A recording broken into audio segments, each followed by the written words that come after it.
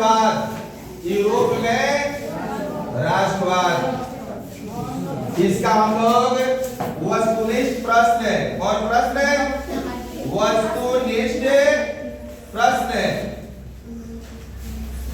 यानी ऑब्जेक्टिव। क्या? Objective. Europe में राष्ट्रवाद, इतिहास का पहला चैप्टर का नाम है यूरोप में राष्ट्रवाद। और वस्तुनिष्ठ प्रश्न यानी ऑब्जेक्टिव। क्या होता है? ऑब्जेक्टिव, टिक मारने वाला क्वेश्चन को हम लोग यहाँ पर पढ़ेंगे। जैसे यहाँ पर क्वेश्चन दिया पहला, राष्ट्र के प्रति, राष्ट्र के प्रति चेतना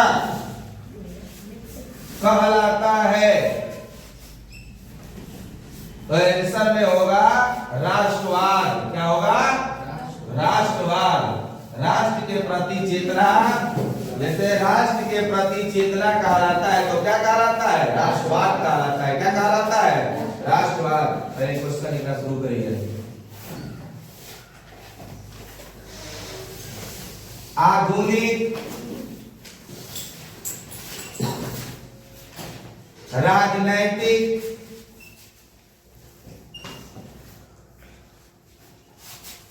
जागृति का प्रतिफल है, प्रतिफल है। तो हम बोलेंगे इसका आंसर होगा राष्ट्रवाद। क्या होगा?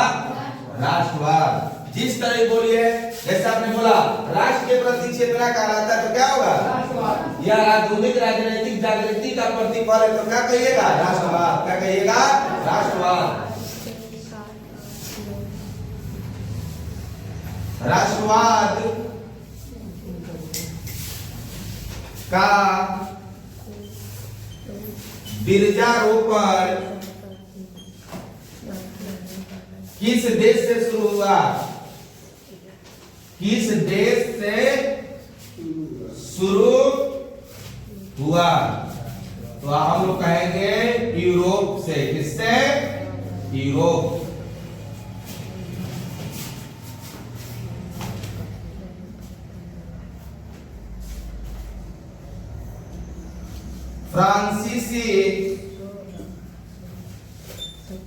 फ्रांसीसी क्रांति उन्नत रूप से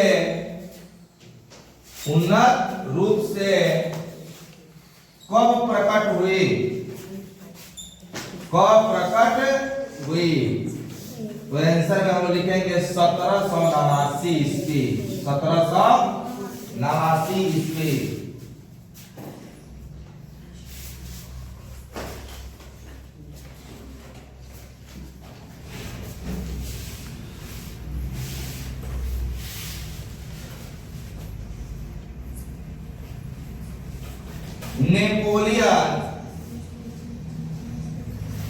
नेपोलियन के पतन के बाद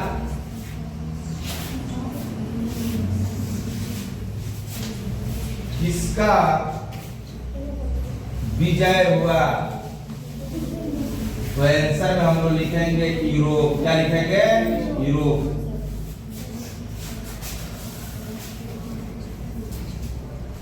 ऑस्ट्रिया, ऑस्ट्रिया की राजधानी,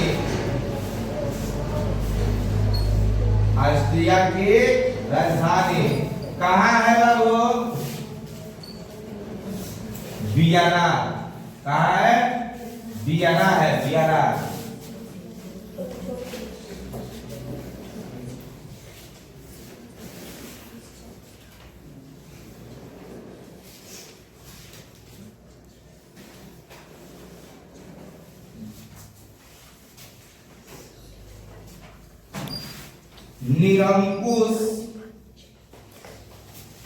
निरंकुश प्रतिक्रियावादी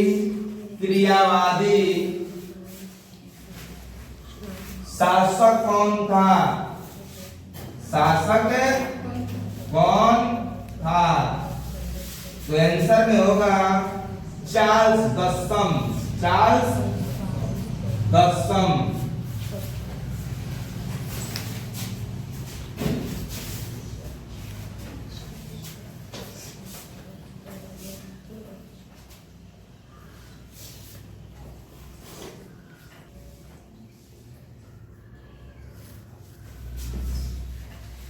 किसको प्रधानमंत्री बनाया गया?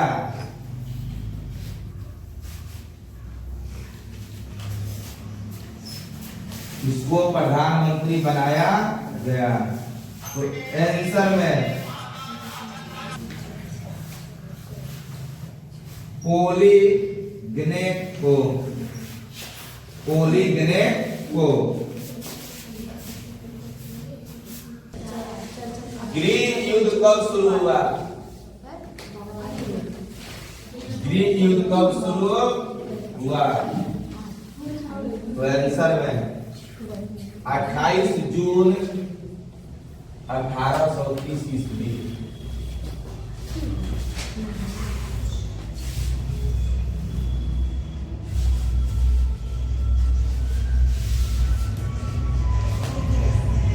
ग्रीक युद्ध को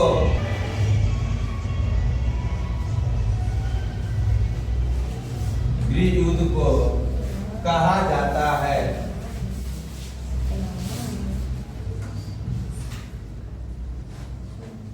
जुलाई 1830 की क्रांति। क्या कहा जाता है? जुलाई 1830 की क्रांति।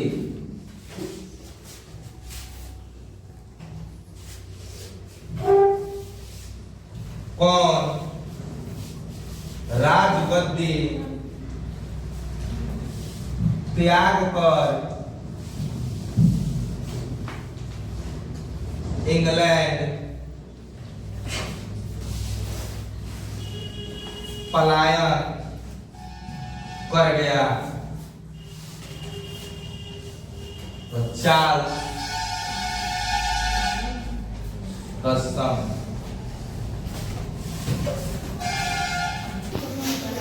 हुआ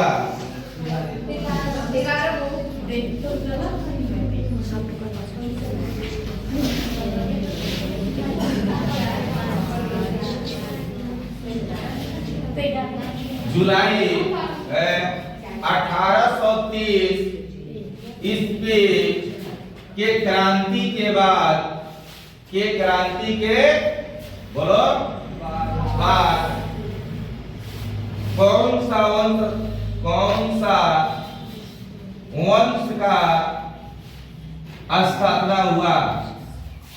कौन सा वंश का स्थापना हुआ? तो आंसर में होगा बुब्बो वंश।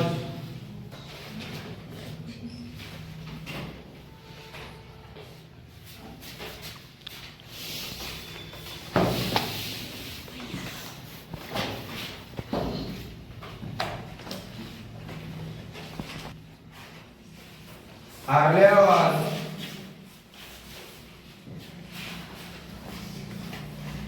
वंश का शासक कौन था? शासक कौन था? आंसर में लुई फिलिप।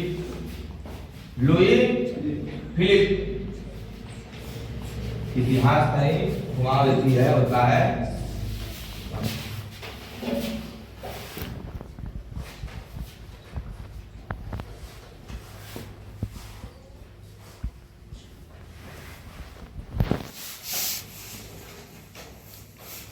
लुई फिलिप एक शासक था, तो कैसा शासक था? उदारवादी। कैसा? उदारवादी शासक।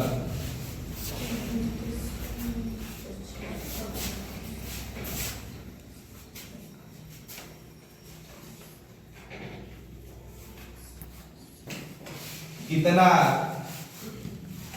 इसकी को गिज्जो को प्रधानमंत्री नियुक्त किया गया 1840 ईस्वी। 1840 ईस्वी।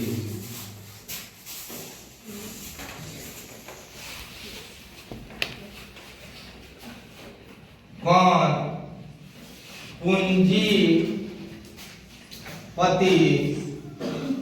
वर्ग के साथ रहना पसंद करता था,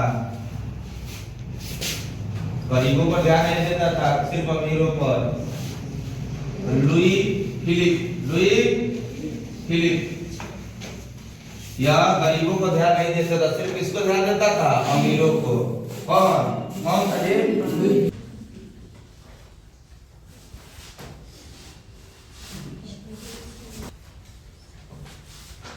कट्टर प्रतिक्रियावादी।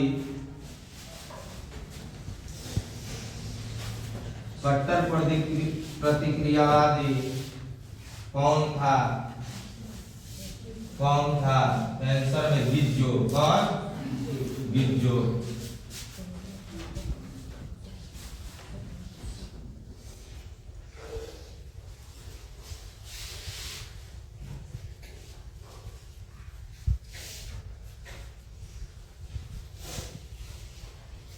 इसके शासन काल में